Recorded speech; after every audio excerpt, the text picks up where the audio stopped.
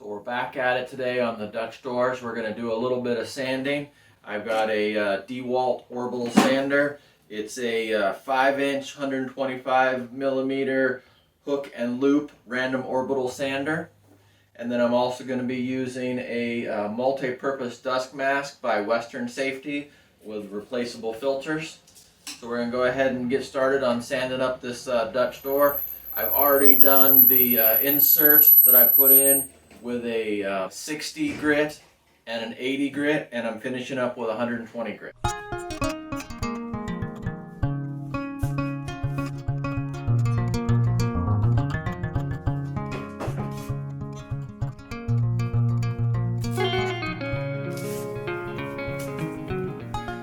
ahead and turn the fan on and make some noise here to blow the dust out. With the magic of video editing, I was able to condense an hour of sanding down to 30 seconds.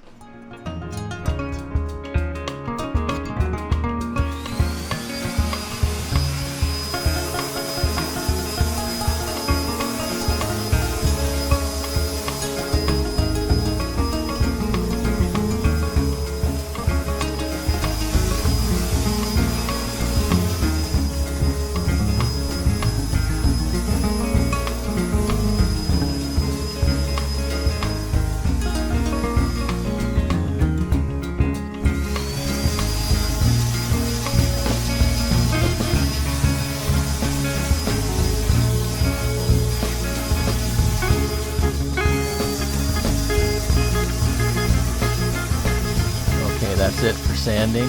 Now it's time to paint.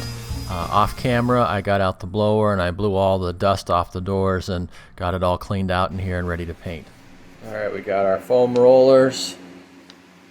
We're going with the Ace brand foam rollers for cabinets and doors. These are 4-inch rollers. On Ace paint, it's a Clark and Kingston, and I had brought in a piece of my baseboard that had this paint on it, so we're matched. The doors and the baseboard match, and we'll go ahead. I put some tinfoil on here to get as much life as I can out of this little paint tray. So we're going to go ahead and get started. Yeah, if you bring in a sample, they can scan it to get a really close color match.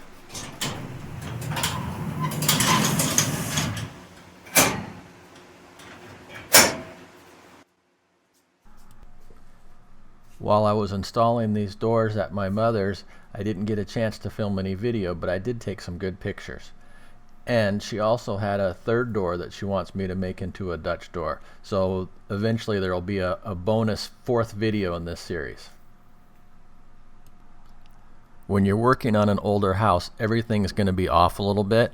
One of the doorways was actually 1/4 of an inch tighter, so I had to cut 1/4 of an inch off of this door, but I was prepared for that. I brought the straight edge and the clamps and the saw, so it wasn't that big of a deal. The star of the show was this Hinge Mortising Kit by Milescraft. You just connect this line it up to the old hinge marks on the old door, and then use that as your router guide. And then it comes with a router bit, so you just put it in here with your router and trace around the edges and clean it up, and it worked great.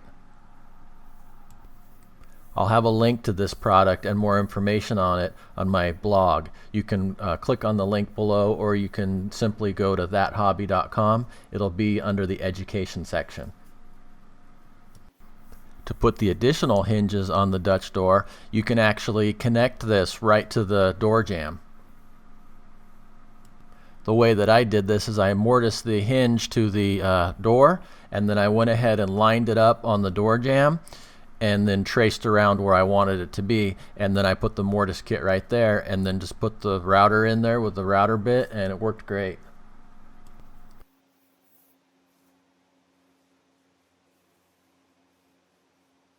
Okay, so here's some pictures of the finished project.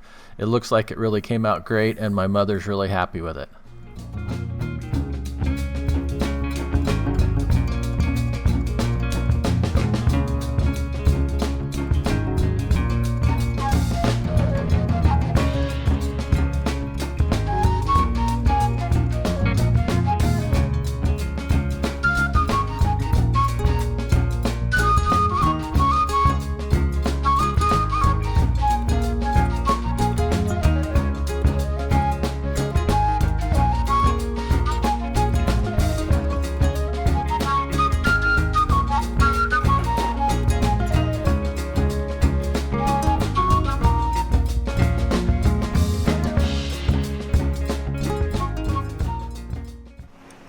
Oops, I missed a spot.